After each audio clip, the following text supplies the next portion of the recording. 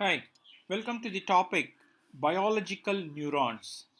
So before we discuss about artificial neurons and artificial neural networks, it is important for you to understand how a biological neuron works. This lecture will give you an overview of the working of a biological neuron. So if you look at the concept of a neuron, neurons are information processing and information transmitting elements of the nervous system. So neurons come in different shapes and they may be classified according to their major functions. So if you probably classify neurons based on their functions, one category could be a sensory neuron, where a sensory neuron gathers information from the environment and then transmits them to the brain. Then you have the motor neurons. The motor neurons are responsible for the movement of the muscles. Then we have the interneurons.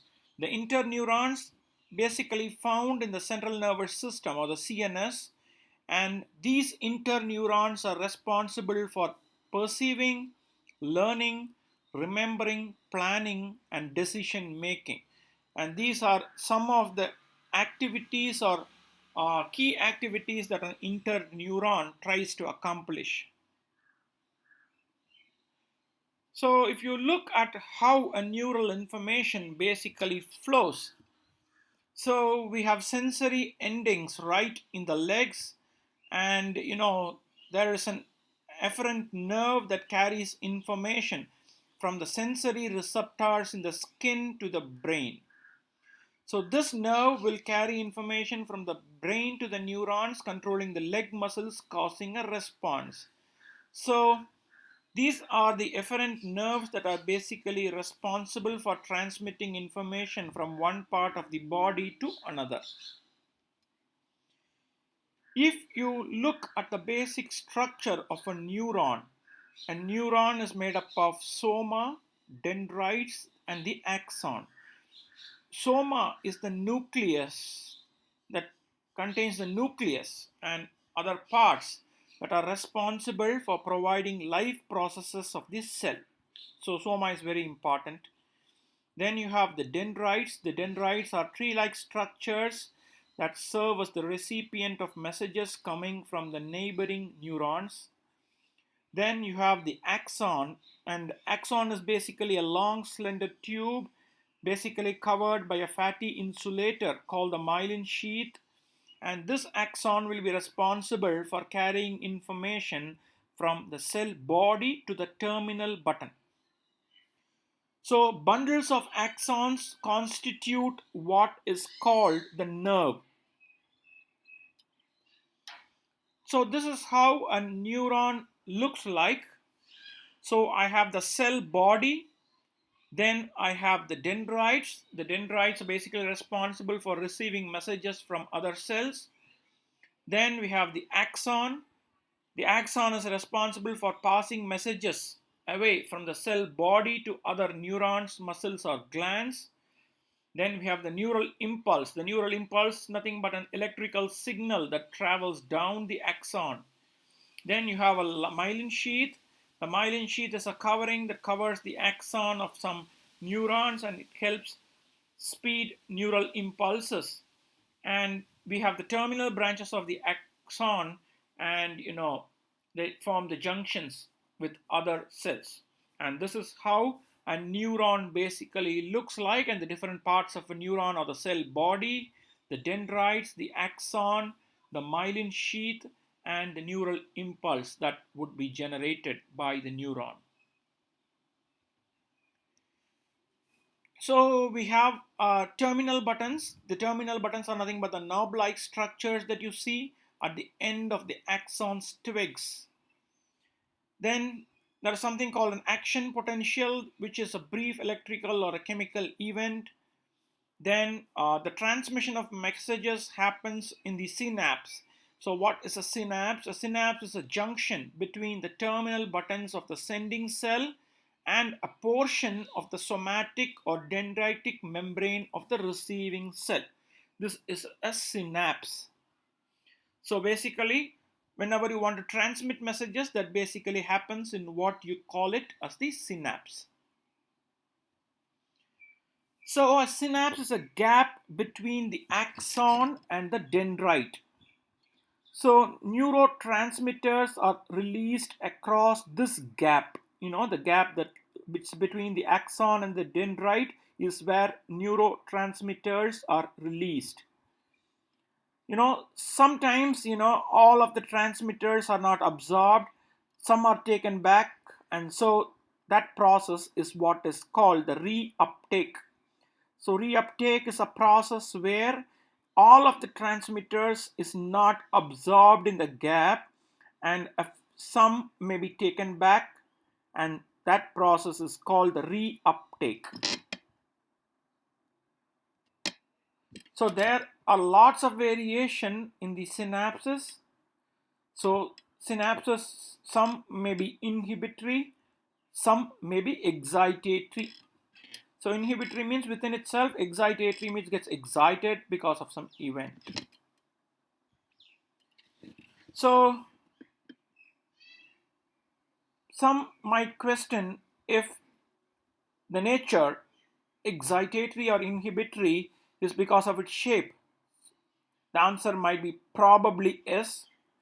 So GABA synapses are inhibitory and glutamate synapses have more thickening, more vesicles. So basically there are 7 different types of synapses.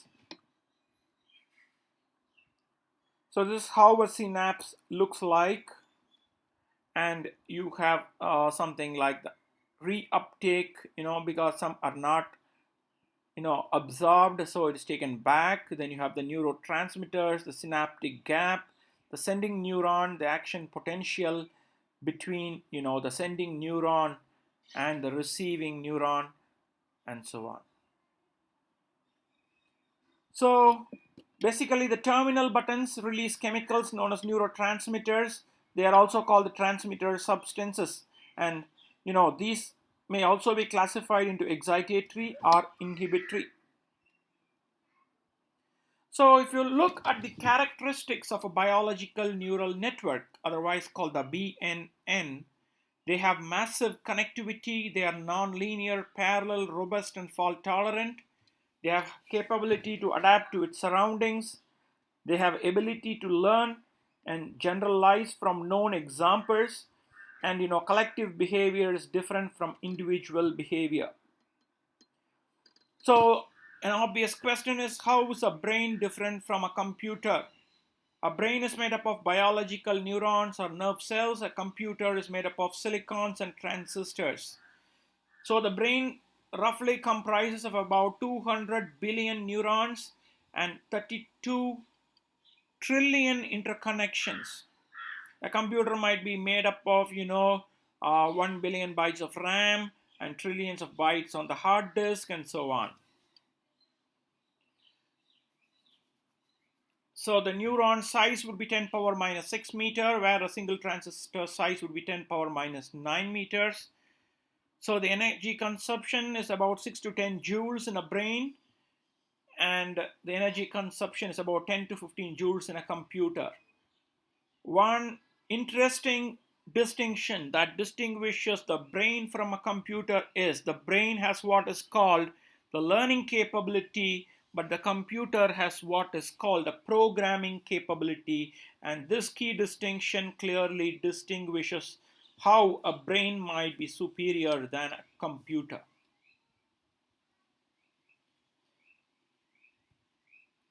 So when you compare an artificial neural network with a biological neural network, so some of the similarities that you could see in the case of a biological neural network, I call it as a soma, whereas in an ANN, artificial neural network, I call it as a node.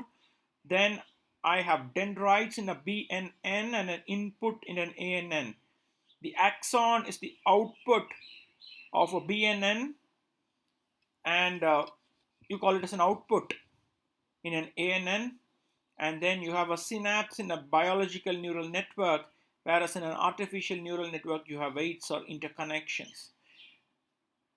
So similarly, If you see some of the key distinctions or differences between an artificial neural network and a biological neural network, it can be distinguished in terms of processing, size, learning, fault tolerance, and storage capacity.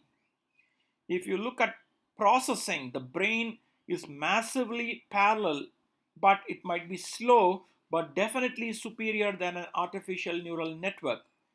If you look at an artificial neural network, it is massively parallel, no doubt.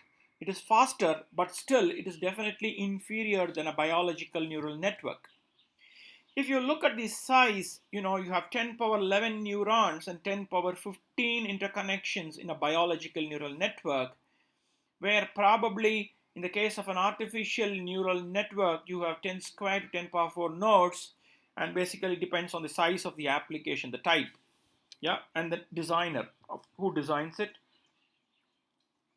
So at all times, ambiguity will be tolerated in learning in a biological neural network, whereas an artificial neural network, requires very precise, structured, and formatted data, and it might not tolerate ambiguity. If you look at fault tolerance in a biological neural network, definitely the performance will degrade, with a partial damage, as age passes by. But in an artificial neural network, it is capable of robust performance and is obviously fault tolerant, no doubt. If you look at storage capacity, the biological neural network stores information in the synapse, whereas an artificial neural network basically stores information as what you call it as a continuous memory location. So these five criteria basically distinguishes how an artificial neural network is different from a biological neural network. If you talk of speed in a biological neural network, certain biological neurons can fire about 200 times a second on an average. So the signals travel different speeds, and it entirely depends on the type of the nerve impulse, where it ranges from 0.61 minutes per second to 119 minutes per second. The signal travel speed also varies from person to person, and it obviously depends on a variety of factors including sex, age, height, temperature, the medical condition, the lack of sleep, etc. When you look at the action potential frequency carries information for a biological neural network, and if you obviously look at a speed in an artificial neural network, and information in the ANN is carried over by continuous floating point number values of the synaptic weights. And artificial neurons never experience fatigue, they never become tired. So they are functions basically, they are calculated as many times and as fast as the computer architecture could allow. So if you look at an ANN model, you can basically understand the model with a bunch of matrix operations and their derivatives. So obviously you can run them in the most optimized fashion, and that basically depends on the GPUs or the specific dedicated hardware, and that solely depends on the machine, and the speed basically depends on the GPU or the dedicated hardware for the same.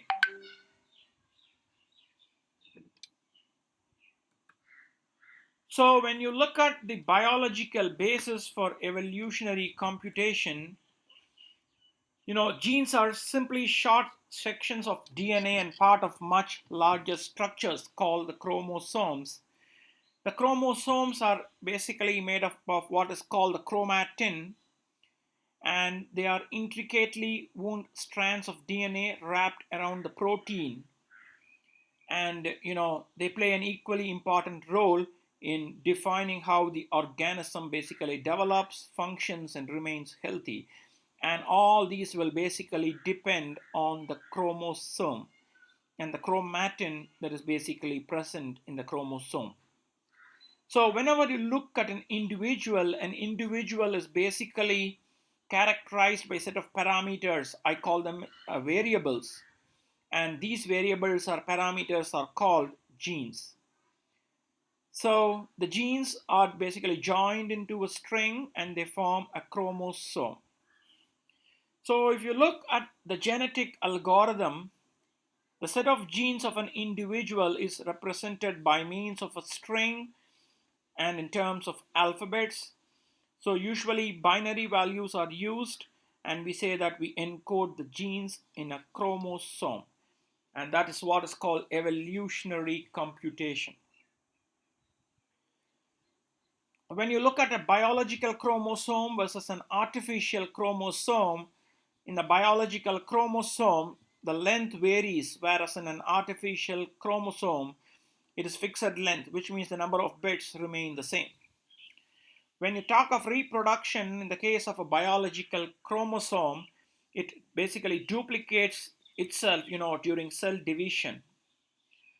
When you talk of an artificial chromosome, you have something called a crossover, where real values are exchanged by two parent artificial chromosomes.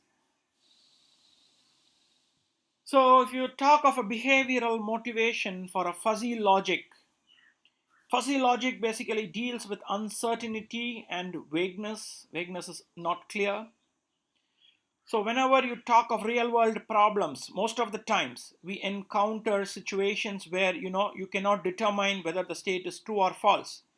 Meaning you cannot talk of a two-valued logic, you cannot talk of a binary logic.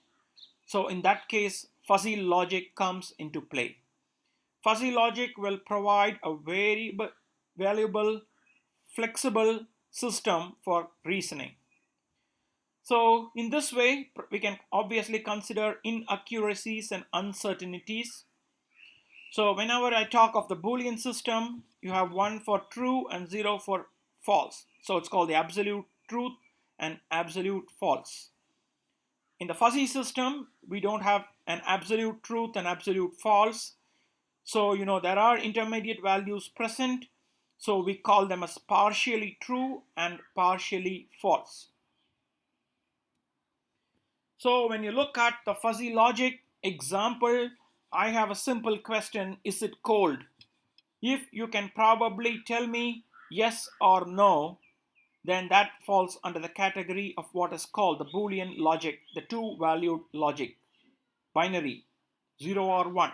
Is it cold? Yes, it is cold. No, it isn't. If I ask the same question, is it cold? Sometimes the answer might be it is a bit cold, it is less cold, it is very, very cold, and so on. So probably I associate a value to it. If it is very less, it might be 0.1. If it is little, it's 0.25. It is very much cold, it is 0.9, and so on. And we will see about these values and how to do that later in the presentations of fuzzy logic when we deal with it in detail. This is just to give you a bird's eye view of evolutionary computation and fuzzy logic as well. So after you associate a value, then you can say 0.1, 0.25, 0.6, 0.9, and so on. And this is what is called fuzzy logic.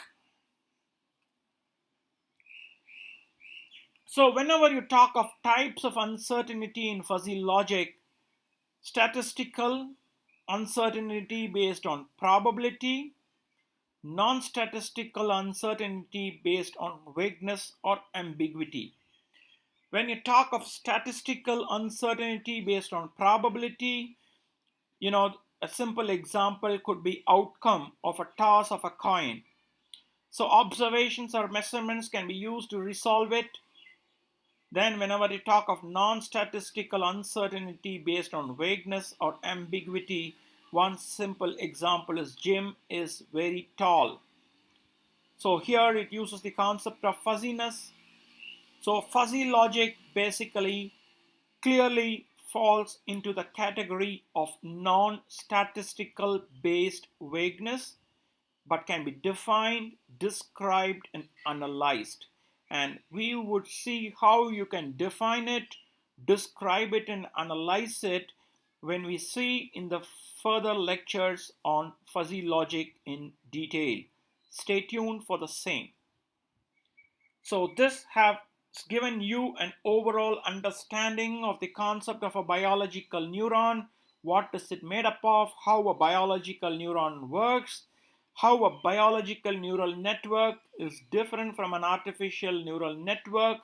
Then what is the basis behind evolutionary computation and fuzzy logic? And we will see more of these topics in detail in the further video lectures. So thank you once again and hope to get back to you soon. Thank you.